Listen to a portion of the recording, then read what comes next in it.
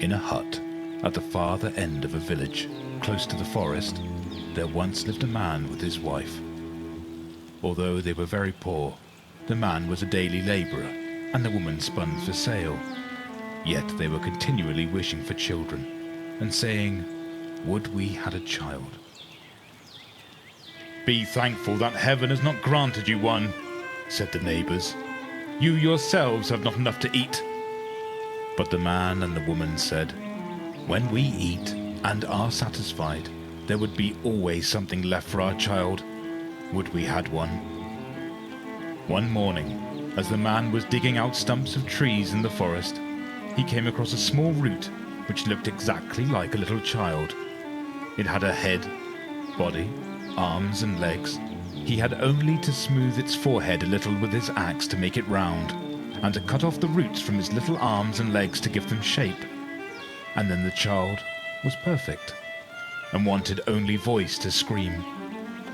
The man took this root home and said to his wife, "Here, you have what you wish for, an Otesanek. If you like, you can bring him up."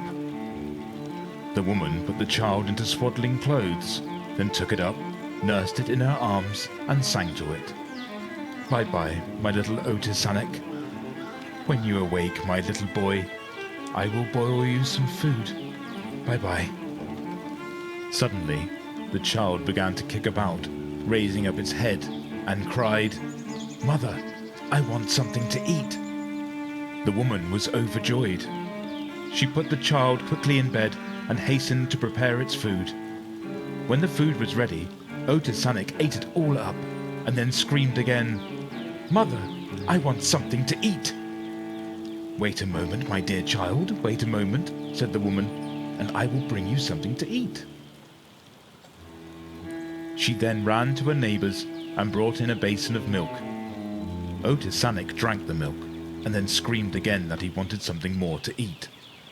The woman was greatly surprised at this and said, "What, my child, have you not yet had enough?" She then went out and borrowed in the village a loaf of bread, put it on the table, and again left the room to boil some water and make soup. As soon as she was gone, Otesanek, seeing the bread on the table, scrambled out of the swaddling clothes, jumped upon a bench, and in an instant swallowed up the bread, and then screamed again, "Mother, I want something to eat." The woman came in to cut the bread for the soup. She looked about for it everywhere, but it was gone. In a corner stood Otesanek, looking like a small barrel, and staring at her.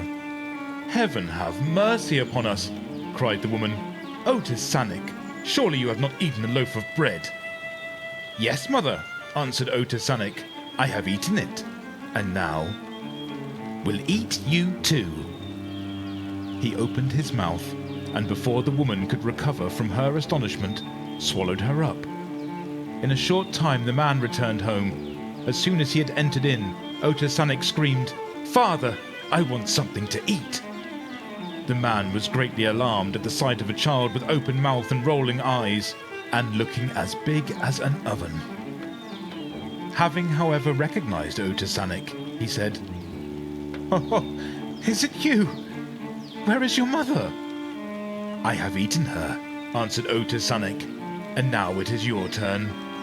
He opened his mouth, and in an instant swallowed up the man. But the more Otesanek ate, the more he wanted. There being nothing now in the hut that he could swallow up, he went into the village to look about him. He met a girl wheeling from the field a wheelbarrow full of clover. "What have you eaten?" cried the girl, full of wonder, "that you look so big?" Otesanek answered, "I am an eater, and have eaten some grits from a saucepan, a basin full of milk, a loaf of bread. My mother and father, and now will eat you too." He rushed up to her, and the girl with the wheelbarrow disappeared. Afterwards, Otesanek met a peasant who was driving a cart loaded with hay from the meadow. He advanced into the middle of the road, and the horses stopped. "Can't you get out of the way, you monster? I shall drive over you!" cried the peasant angrily, and began to urge the horses forward. Otesanek, however, did not pay the least attention to him, but began to say, I am an eater, and have eaten some grits from a saucepan, a basin full of milk, a loaf of bread, my mother, my father, a girl with a wheelbarrow, and now will eat you too. Before the peasant recovered from his surprise, he himself, with the horses and cart, was swallowed up by Otesanek. Then Otesanek went farther on. In the field there was a man watching pigs. Otesanek took a fancy to them and swallowed them all up, together with the man. There was not a sign left of them. Afterwards, he perceived on a hill not far off a shepherd with a flock of sheep. Having already eaten so much, Said Otesanek to himself. I will eat these too. He came nearer and swallowed them all up, the sheep, the shepherd, and his dog Vorish. Then he staggered forward, and at last came to a field where an old woman was attending to cabbages. Otesanek did not reflect long. He went into the field, began to break off cabbages from the stumps and eat them up. "Why are you destroying my property, Otesanek?" cried the old woman. "Surely you have eaten enough to be satisfied?" Otesanek looked at her with a grin and said, I am an eater, and have eaten some grits from a saucepan, a basin full of milk, a loaf of bread, my father and mother, a girl with a wheelbarrow, a peasant and a cart loaded with hay, a swineherd and pigs, a shepherd and his sheep, and now will eat you too. and he wanted to swallow her up. But the old woman was too sharp for Otesanek. She struck him with her mattock and cut him in half. Otesanek fell down, dead. Then there was a sight to see. First jumped out of the body the dog Vorish.